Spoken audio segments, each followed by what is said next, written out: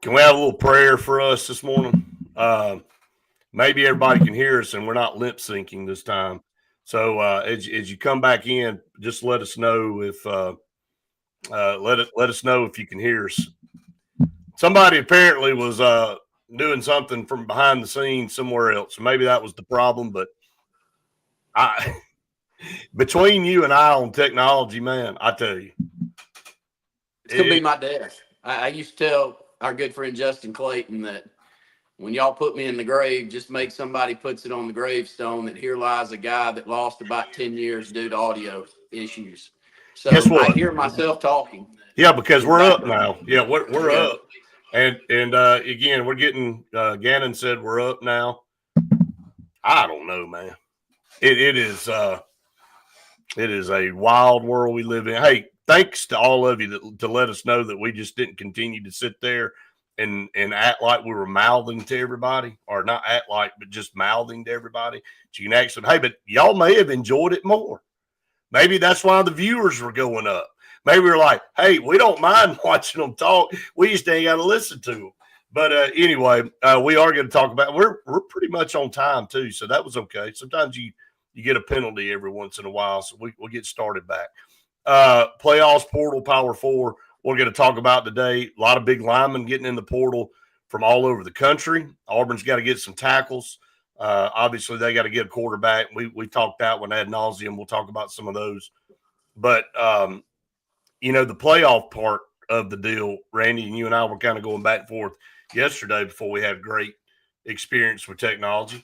I think the SEC is a different bird when it comes to all these other conferences. Um, you're not going to expand out to 9 conference games now, like everybody was saying that you were going to. But in the future for SMU, and again, I thought Andy said it best yesterday on the Auburn Blitz. Everybody's like, well, you set a precedence and all this committee set a precedent. You don't know what they've said. Next year, they may come in and consider strength of schedule. That may be their biggest determining factor on who gets in and who doesn't is strength of schedule. So don't go by what they did this year, because there were errors and flaws, but there were also some things that they got right. So conference championship games are going to have to be looked at too, because SMU could easily said, I tell you what, we're 11-1. Well, we don't need to go play in that thing. We're good right here, because if we don't go play in it, we're for sure in. But if we go play in that conference championship game, now we're playing an extra game that's going to put us in jeopardy of getting kicked out. So everybody's got, hey, and I didn't tell you this yesterday. Kirk Cignetti with Indiana, he gets in, and there's a lot of people thinks they probably shouldn't have gotten in because they played one team and got beat. He's complaining that they didn't get a chance to host a home playoff game.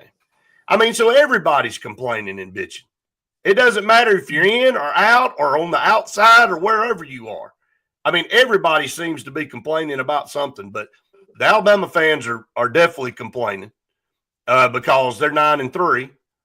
But again, when you look at it, they could have easily took care of their own business, and this wouldn't even have been an argument. Well, I don't want to beat a dead horse, but I will. First off, Brett went to sleep last night. He thought about everything I said to him yesterday, and he woke back up this morning. He agrees with me on everything. So not a bit, not one bit. That's Not normally one how bit. this goes, everybody. Not If one, you're yeah. new to our programming, I usually fill him with a lot of good knowledge. He goes and he sleeps on it, and he wakes up the next day and he says, Not even Randy, you know close. what? Not You even were close.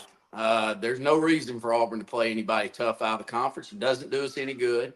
Our strength of schedule is going to be plenty hard enough if we just play Alabama and Georgia and LSU and the rest of them. And that was the argument that we had that knocked us off technology yesterday. But back to this. Alabama lost to 2 subpar, mediocre SEC teams. And if you want to complain, and not only lost, the way that they lost a couple of weeks ago to Oklahoma gives you no complaint. Zero. I mean, you got run out of the gym over at Oklahoma. You lost by 3 scores, scored 3 points on the road. Now, you come back and you beat a terrible Auburn team at home. Well, congratulations. That's an Auburn team that won 5 football games and hasn't had a winning season in 4 years. We all are dying for a good football team. Thank the Lord we got Bruce Pearl, is all I can say. So we have somebody to hang our hat on and look forward to. We're hopeful that football is going in that direction, but Alabama has no argument to place. What is their argument, Brett? They lost a 6-6 Vandy team. I mean, if Alabama ever loses to Vandy, there should be no argument. If Auburn ever loses to Vanderbilt, can I say this, Ray? You should just get rid of the argument. Can I say this? Would it be so hard for them to just admit, hey, we're over here whining about not getting in, and we lost to Oklahoma and we lost to Vanderbilt, and why are we even arguing about this? Yeah, is it because everybody else is arguing? And look, there were some other shows that were on yesterday talking about the entitlement of Alabama. And it really looks like a bunch of spoiled brats that, hey, there's no way you can have a playoff without us. Okay. And if you do, well, then it don't count because we're by name alone, no matter what happened on the field, by name alone. But then they want to dig and tell everybody how bad everybody else's schedule was and why they should still be in over team A, B, C, D, E, F, G, whatever. We can just keep going on down the line. Like literally, man. I mean, you and I would come on here if Auburn were 9-3, and we'd say, "Yeah, it sucks to not be in." But you know what you and I would do? We'd go, "We crap the bed at home against Vanderbilt." And, or we crap the bed on the road against Vanderbilt, or on the road against Oklahoma. That was a mediocre to below average team. That wasn't a close game. That wasn't a close. Yeah. Do we have some quality wins? Sure we do. We have some quality wins, but we also have some bad losses. So when the committee looked at that, again, is there any part of me that thinks if Nick Saban was still this football coach, they wouldn't have put them in? No, I don't. I think they would have been put in. I think they would have jumped. Look, you want to talk about a team, and I'm no Georgia fan. You know that. We hate Georgia as much as we hate Alabama. You talk about a team that got screwed. Look at them last year. They go to the conference championship game and lose to Alabama. They get kicked out of the whole dang thing. I mean, and I'm not feeling sorry for them, but it ain't right. It's not right. So, look, we all have had complaints. And look, I have been sat there and pointed a finger at by Alabama fans and about 04. I'm still going to bitch about 04. You know why? Because I thought we were and so many other people did too, that we were better than that Oklahoma team, that we should have played USC in the national championship game. We didn't get a chance. Now, again, there were only two teams because it was the BCS era.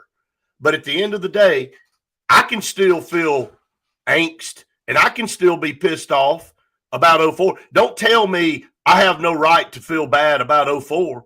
And you sit over here when you expand to 12 teams and you're complaining because you're not the 12th seed. I it's a double standard, man. But it's an elite mentality that everybody in the country talked about yesterday, spoiled brat mentality from their fan base. Well, they are. And those of us that have grown up in this state and have been around them and went to school with them, that's what I think about most of them.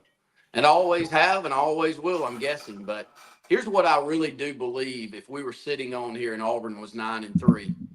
If we went to Oklahoma and got the hell beat out of us by a very mediocre Oklahoma team by 3 touchdowns. I just shut my mouth. I think I would too. Now, I shut my mouth. Now, if we went over there and lost 38-35 or something, maybe I would have a little bit more of an argument.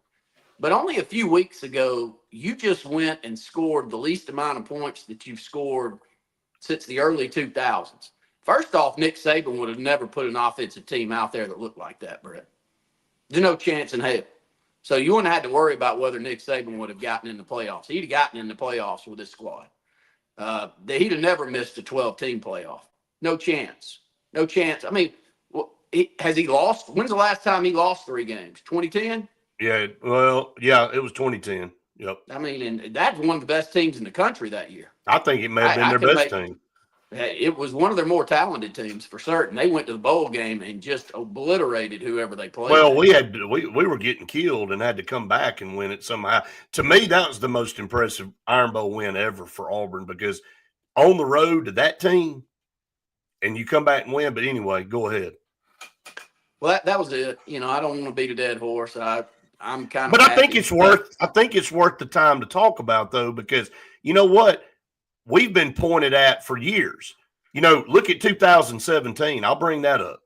Well, you know, I heard all the arguments. You should win the SEC championship game. Well, you know what? We beat Georgia, Alabama, and then had to turn around and play them again. And I know we had some losses early in the year. But again, right there at the very end, at the end of the day, we didn't get the job done. We didn't get the job done in the SEC championship game, and we took a back seat.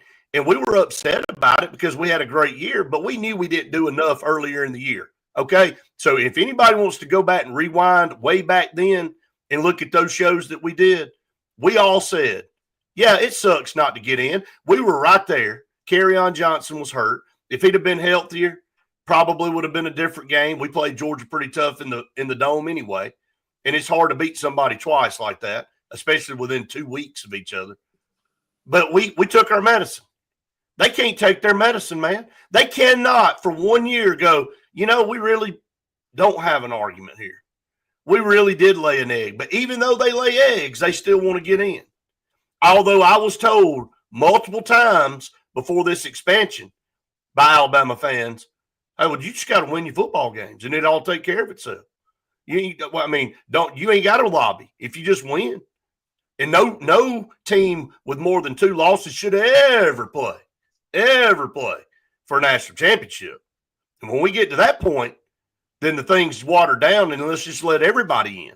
That was quotes, okay, from Alabama people back then when they were winning 11, 12 games a year, and they had the king of the mountain. But now they've come down to earth a little bit with the rest of us, and they're trying to figure out a way to lobby to get in a 12-team playoff with 3 losses. Nobody is sympathizing with that. Now I want to go back to my point yesterday, because I completely agree with Luke and others that are talking. And by the way, Luke, we talked to him this morning, man.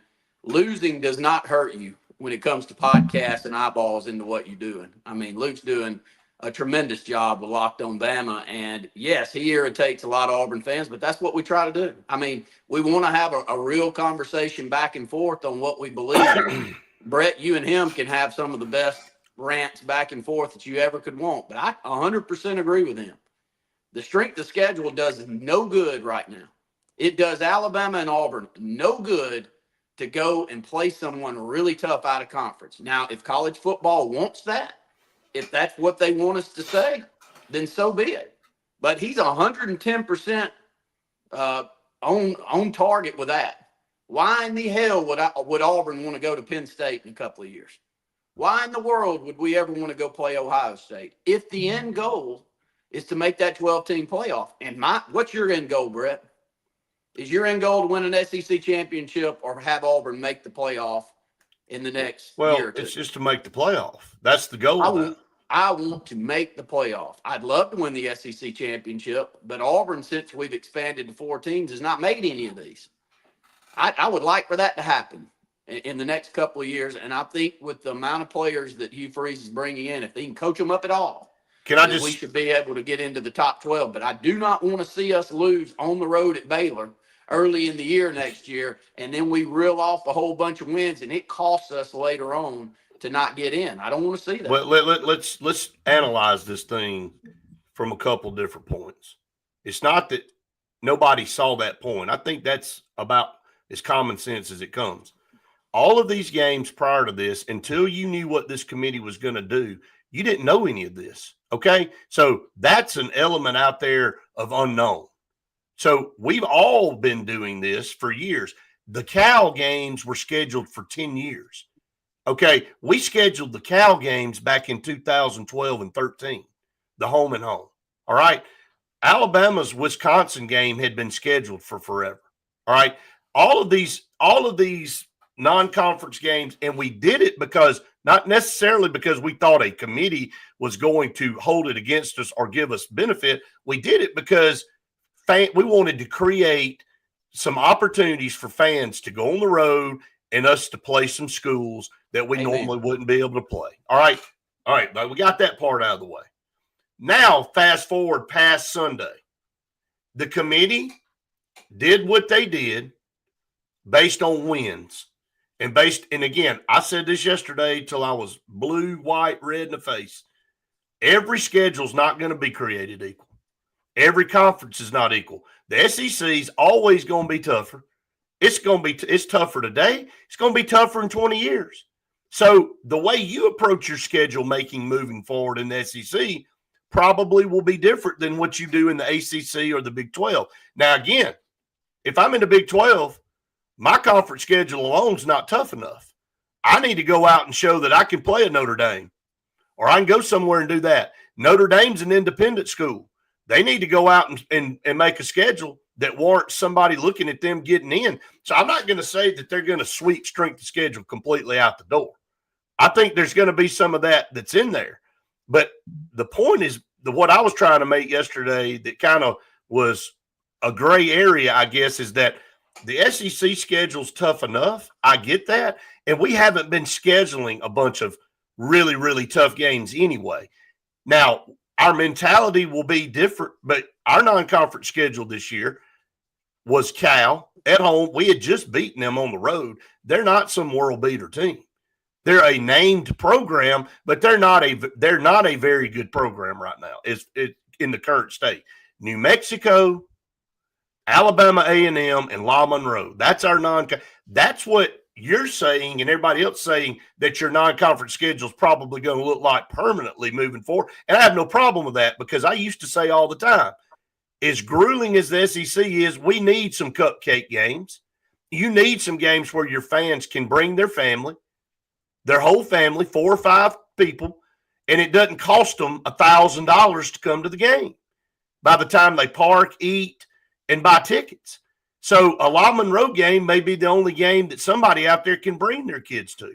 So we forget about that. And we also forget that those games really help those other athletic programs. Now, again, all those people out there saying we're not in the business to help those athletic programs. I agree with that statement too. But let's live in reality a little bit too. You know, when you're playing 12 games and then you're going to add a 12-team playoff, this schedule has gotten unbelievably grueling for these teams and these kids. So you got to have a break or two in there somewhere. I think you got to look at each individual school and see who their matchups are. I agree. I'm making this argument as an Auburn fan, Brett. And I've made this argument, and you can attest for me here. I've made this argument for well over a decade. Why in the hell would Auburn want to play anybody tough out of conference? I don't understand. Why do you want to go do that? So Georgia and Alabama have been, if they haven't been the top 2 programs, they've been 2 of the top 5 programs in the country for the last decade, correct? Right. Auburn plays them every year, correct? Correct. And we're going to keep playing them every year, correct? Correct. Okay. That's our 2 norms. What in the world do we need to prove outside of that? Like other conferences, and you're right, they may need to go and try to find 2 top 10 schools in the country to try to play. We don't. We automatically get them every year. They're not going anywhere. Until recently, add LSU into the mix.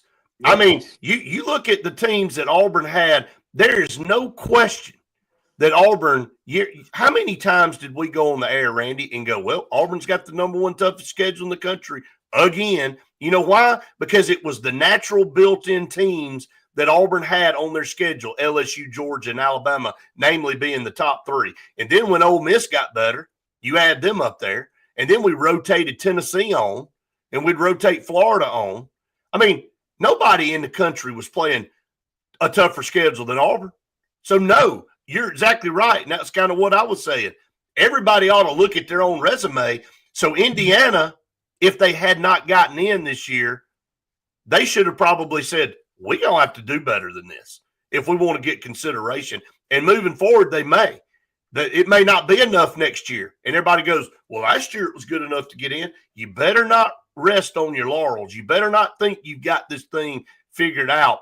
You better still go out there and do what you think is going to put you in the best situation to get a nod to get in the playoff if it comes down to that. Agreed. But to close this thing out, I think that the NCAA, the universities, the conferences should have an opportunity here with the new rules in place, Brett, to go back and change up the schedule. Look, who would argue with that? I mean, you make these schedules to benefit yourself at the end of the day, correct? No, I agree. I agree with that. So, like, if you do schedule someone 10 years out and the setup's totally different than it is now, but you come in and you change everything, like Luke has said and like other Alabama fans have said, then why in the world do I want to put myself out there and play somebody that can knock me out of the playoffs? Give me a chance to go, okay, here's the new rules. Here's what we need to do, and change it up and give everybody a chance to do that. Do you like that or do you not like that? Because there's some games in the next 6 or 8 years that I'd like to get off Auburn's schedule. Again, if all we need to do is prove that we're good enough by playing the SEC schools, then let's play Western Kentucky and La Monroe and Louisiana Lafayette and try to get UAB on the schedule and go on from there and just take wins outside of the SEC. The reason I kept saying yesterday that the argument in the present sounded so dumb for Alabama is because they lost 3 conference games. They didn't go and lose to Wisconsin and Camp Randall. They went up there and beat their brains out. That at the time is that. So that's the point I was saying. That it was just, but that matters. That matters. It does. It matters. It matters this year. It matters Correct. this year. That's I think the point. Right. That's not the point Luke was making. The point Luke was making is, I know okay, what point he was making. I gave him credit for that. Why in the world would any of us, including Auburn, want to put ourselves out there to go and play a tough non-conference game? I don't think anybody would. I don't think anybody would. I'm just saying that, yeah, I mean, we're all agreeing. We're all agreeing all the way around. So. If that's the case, though, should the NCAA, should the conferences go back in and say, look, we got to change these schedules up. This is not the way we were set up a couple of years ago. There's contracts signed and things like that. But I mean, but void the contracts because, it's no different than you and I making a contract with somebody and then the terms change. When the terms completely change in a contract, it'll have to be between the schools because the NCAA ain't got no power. NCAA ain't got no power to tell anybody to do anything. Why would Auburn and Alabama not go back in and try to They should. I would. They should. I mean, I'm not arguing that point. I mean, they got to do, again, like I said, everybody's got to do what they feel like they have to do. What SMU has to do ain't what Auburn's got to do. Okay, moving forward. And let me go ahead on December the 10th, 2024, so everybody can come back and rewatch this next year when we're having this talk again. Don't count what the committee did this year in stone for what they're going to do next year. Okay? So don't be surprised when somebody does get a little bit of credit for strength of schedule next year and somebody with an 11-1 record gets left out because they played Cupcake U. Okay? Because I can already hear the bitching and moaning of everybody that changed their schedule and coming back and saying, well, we just did what we needed to do on this based on what they did last year. Don't do that. Don't do that. You're gonna get bit. So you need to do what you have to do for your program and your team. And what Who the hell knows what that is, though, is my problem, Brett. Who knows what you need to do? I know exactly what Auburn needs to do. You've been saying it for 2 days. Don't schedule Baylor and all that. Auburn doesn't have to do that. But if you're Indiana, when you look down and you played one top 25 team all year, you probably need to go grab a couple of teams. Don't schedule McNeese State, Indiana, and go 11-1 and lose to the lone team on your schedule that was in the top 25, and not only lose, but get your doors blown off, and then come back to the table and think you have a valid argument to get in the playoff next year. I'm just saying, everybody has to do what they feel like they have to do. But if you're Indiana, and I'm going to stay on them because they did get in this year, but maybe not next year. If you're Indiana, don't bitch when you get left out with an 11-1 record next year. Because let me spin this real quick, though, back to my other comment. So if Indiana needs to change their schedule based off of the new need that they have, Right. They've got to have an opportunity to do that too, Brett. Correct. They do. I think everybody needs to revisit their schedule. And that probably are. They probably will, Randy. I think because it's not fair to, like you said, make a team stick with the decision they made 10 years ago when everything's different. Right. Everything's completely different. So I would say that contracts are null and void. Right. Everything's changed. All the schools, including Auburn, needs to go back to the table and try to renegotiate some new contracts and some new deals. But you can't do that without opening everybody up, Brett. I think you can't just, what I'm saying? I agree. I agree with you. Like Indiana needs a really good opponent. Well, I think they need to prove that. Yeah, I think they need to prove that they can go out and schedule. If their schedule's already in stone, they can't. I think they're going to be allowed to do it. Is what I'm saying. I think all of us need to be allowed. I think they're going to be allowed to do it. I think there's going to be. You got to let the dust settle on this thing. We haven't even played the playoffs yet. We ain't even got to these bowl games because I got a point on this too. But I think when this settles and when you get into January, I think you're going to see teams start changing their schedules. And that's fine. And look, you don't have to. You can stick with what you got. Indiana may say, I'm not changing nothing. We're going to play the same schedule we played last year, and we're just going to try to win that one game. Okay? It's all about what you think you got to do. And again, the committee in year one, they didn't get it all right. They got some of it right, but they didn't get it all right. Guess what they're not going to do next year? They're not going to get it all right next year. There's going to be somebody that's complaining about something or some element of that playoff and why somebody should have been in over somebody else. Look, why should a number 12 seed get a bye? Why is Arizona State getting a bye in the first round? You know why? Because they have an inherent built-in bye for the conference champions. The conference champions get a bye on that side. So I don't understand it. I don't get that why they're the 12th seed, I believe, if I'm right. I may be wrong, but I think they're the 12th seed, and they get a bye into the second round, into Tempe. And so I don't have – they're going to have to relook at all this stuff. And you knew it was going to be a lot of ambiguity in this thing. And I do think some people have some valid arguments. I really do. Well, I think we can close that one out, move over to the portal, because this is where Auburn needs to invest all of their resources, Brett. And you and I had some interesting conversations at the Super 7 this past week with some people that are very influential. It was Boise, my fault. It was Boise at 10 getting the bye, not Arizona State, my fault. Okay. But why is the 10 seed getting a bye? I agree with you. I think they need to change that up, and I bet they will. But back to this portal deal, Brett.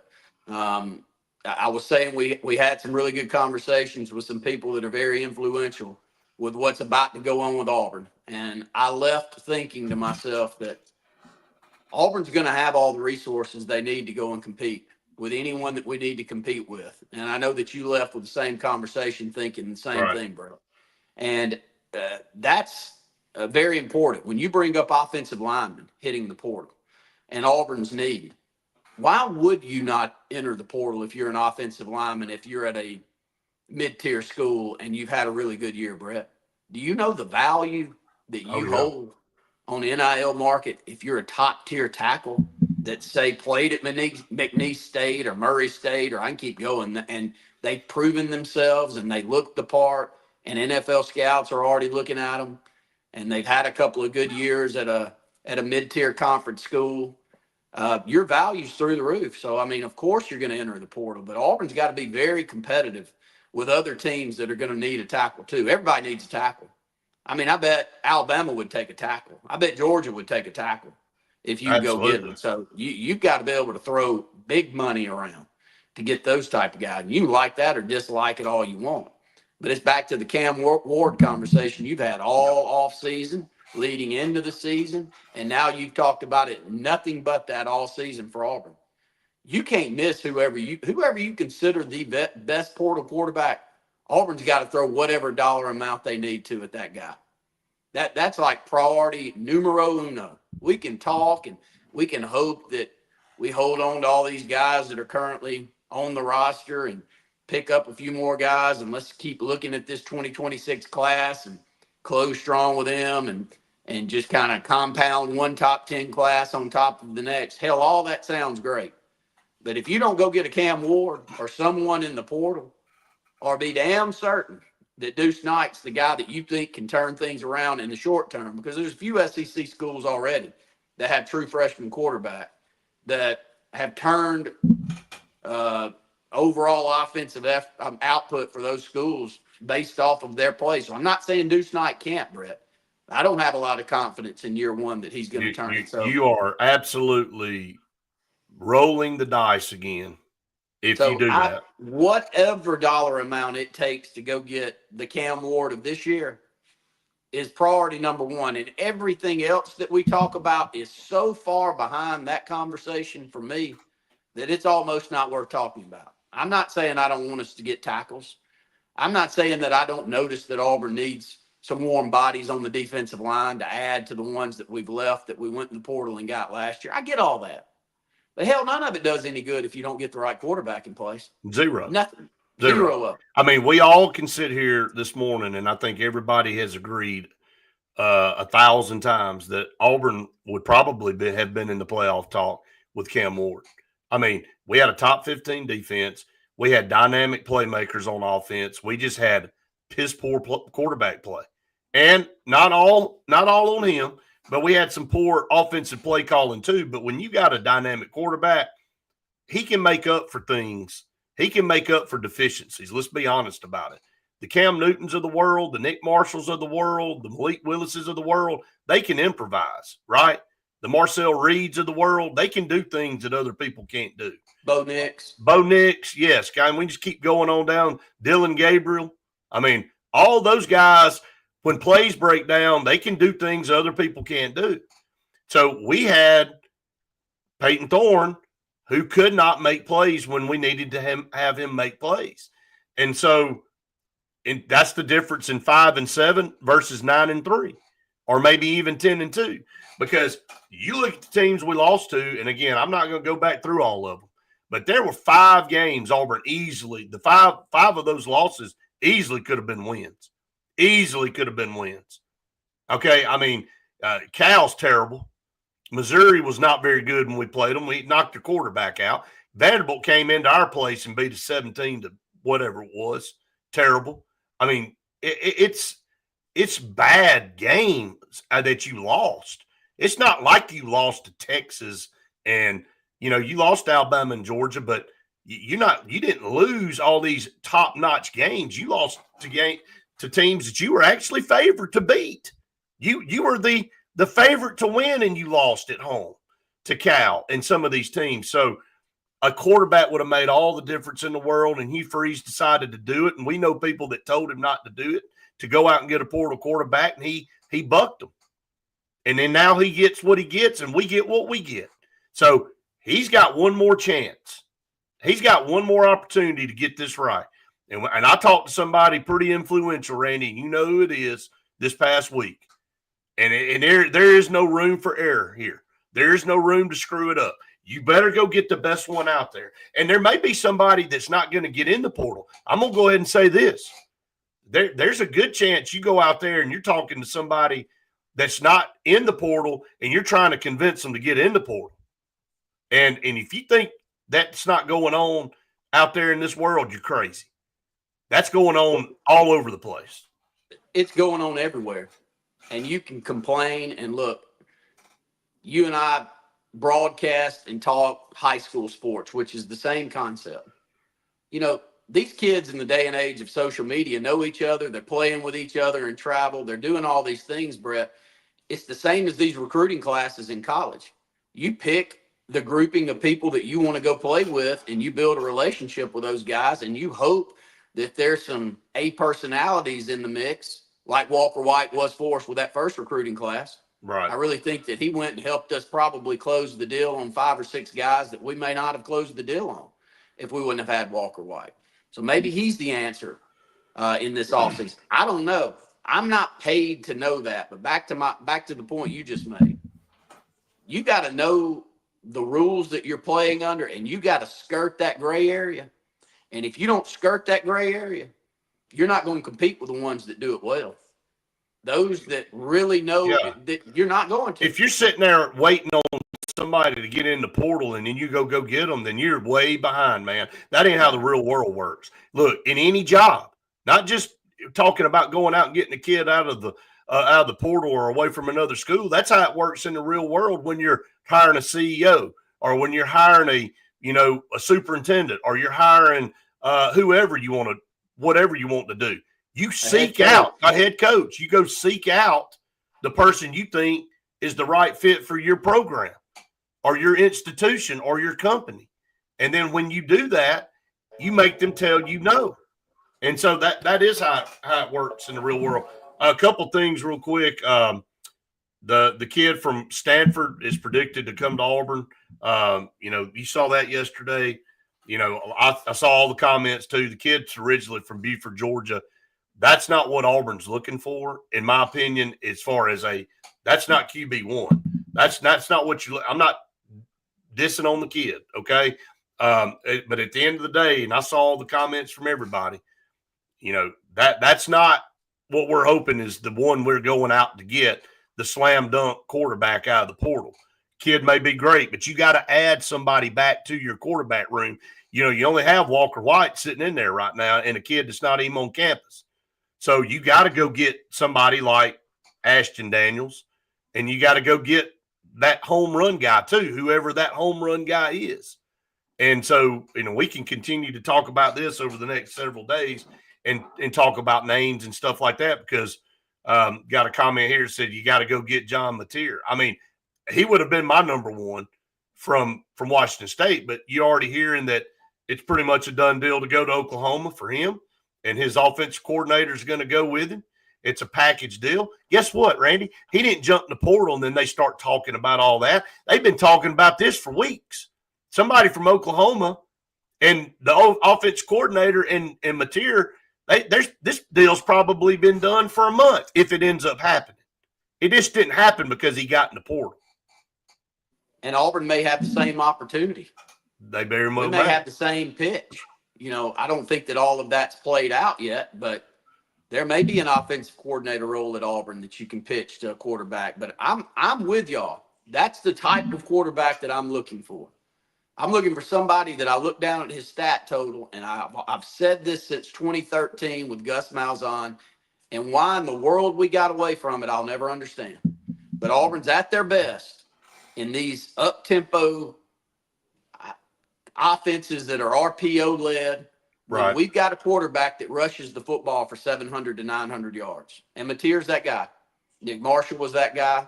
Keep going down the list. Cam Newton was the best version of that guy. Oh, absolutely. I'm not saying you're going to get Cam Newton, but I'm saying Malik Willis would have been a hell of a good version of that one. I screamed, yelled, jumped up and down, begged, pleaded, Gus Malzahn, what in the hell are you thinking about? How often did I say that, Brett? Over and over and over again. Until Malik Willis ends up with Hugh Freeze over at Liberty, and now he's in the NFL.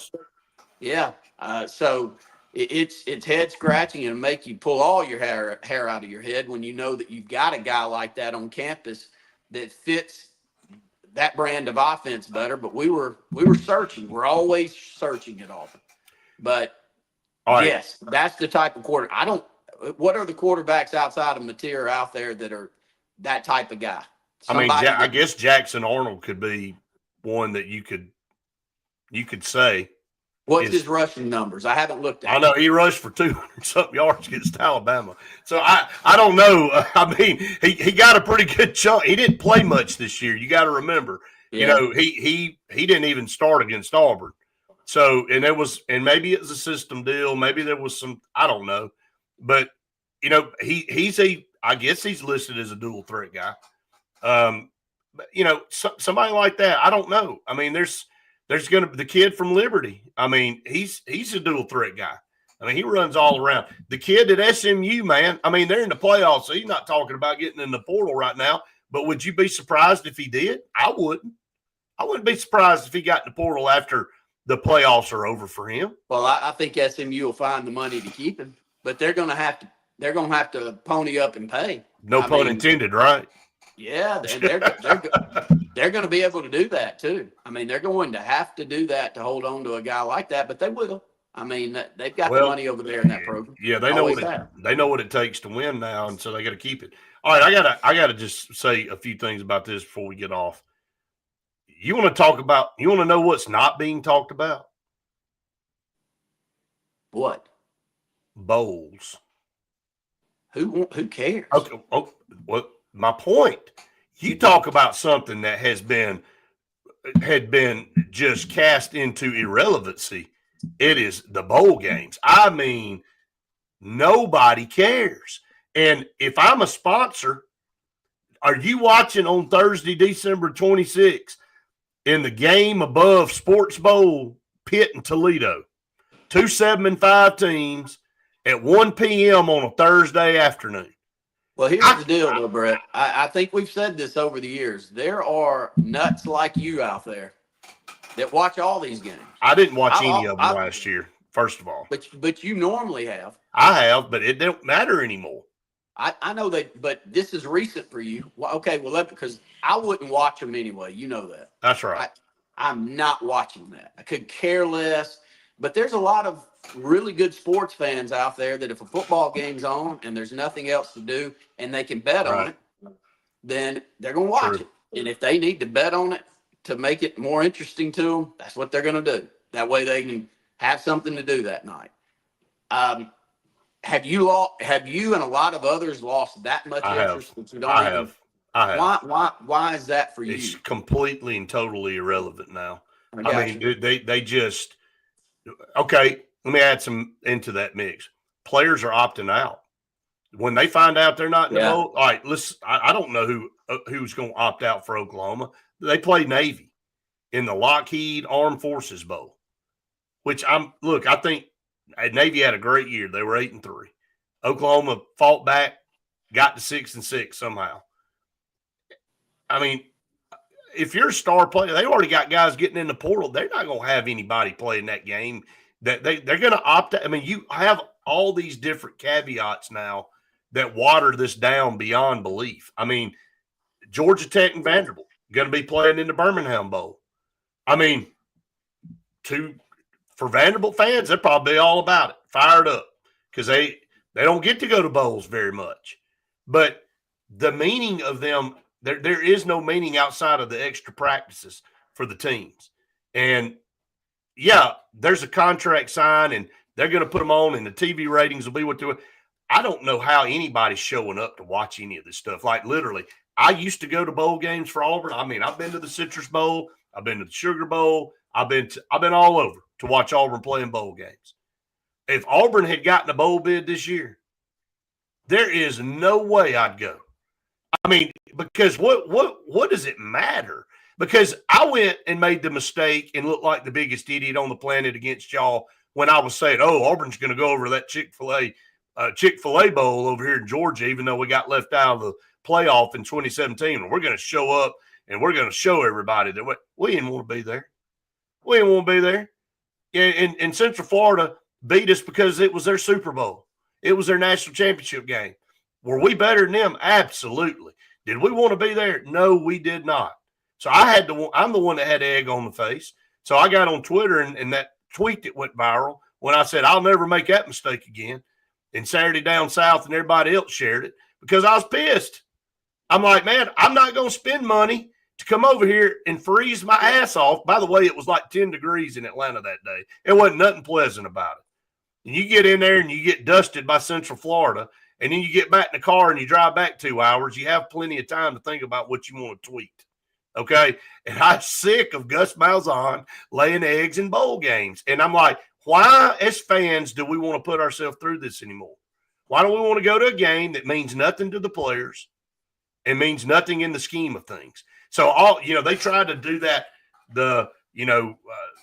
until the playoffs. They tried to do the New Year's Six bowls. Well, if you weren't one of those two bowls hosting the playoff, you can try to tout it all you want. Don't mean a hill of beans. So these bowls, man, have absolutely dissolved into the depths of, I don't know. It is irrelevant completely all the way around. Well, I've never been interested in them, and my dad's really happy that his good friend Chris Spraggins doesn't get to get him in a car and they get to go over to Birmingham or some other odds and end bowl to watch Auburn get the hell beat out of them again. So Dad's laughing if he's tuning into this because that's what they've done. They go wherever it is. That's like Auburn fans, man. We support. Even when we're getting a terrible product, we support. That's when I felt that's when it stopped for me, Randy. If you want to know, Yes. you were asking me that question, I just figured it out. It was when I left Atlanta when it was 10 degrees and we got beat by Central Florida. I said, I'm done with this. They don't mean anything anymore. Agree. And Auburn has played that way since, too, Brett. We played terrible in every bowl game that we've had a chance outside of one. That bowl game last year, Randy, do you remember how terrible that? Like, man, and people, poor Auburn fans went to Tennessee and Nashville and sat in that weather. It was horrible. And we played worse than the weather, if that's possible, and got beat by a subpar Maryland team. Boy, we have set a record for losing to lesser than teams. And we have, I mean, you talk about getting beat by Houston in the Birmingham Bowl. That could have been the low of lows. There's a lot of lows to go back to, Brett. I don't know. There's New Mexico State, and there's some others that are in there too. Who all else have we lost to in these bowl games? Houston, Central Florida, and Central Florida had a good team that year, so I give them a little credit. They were in the New Year's Six, and they wanted it. So kudos to them. We didn't want to be there. But the Birmingham Bowl, we lost to Houston. We lost to Maryland last year. Didn't we get beat by, who was it, a couple years back? It was, there's been some stinkers, man. I'm not about the only one we've won is Purdue. I mean, we played great against Purdue. We did beat Memphis when in the Birmingham Bowl. I think that was Gus's only bowl win at Auburn. Outside of Purdue, was he the coach when we played Purdue? I think he was. He had to be. He was, yes. Because we ain't been to one. We ain't been to one since he left. That answered that question. Well, it's fun. It's good times. Hopefully we're getting things corrected. Brett, Friday, we're going to be on the road at Bunkers in Auburn. Make sure to come over and be with us. That's on West Glen. If you haven't been in Bunkers yet, please do. Alan Brewer, the rest of the crew that owns that place have put together a wonderful venue. You've got the simulations that are in there that you can play, multiple sports from golf to other things. And it's going to be a fun show. We'll do our television show from 12 to 1 there. I know we've got some other content that we're pushing out for them as well. So Bunkers there in Auburn, come by and see us from 12 to 1 on Friday. Yeah, absolutely. And we appreciate Bunkers very, very much. One of those things that we have here on our show is opportunities for people to come on and partner with us here on the podcast. We really appreciate, we're picking up a couple more just this week. We're excited about adding them.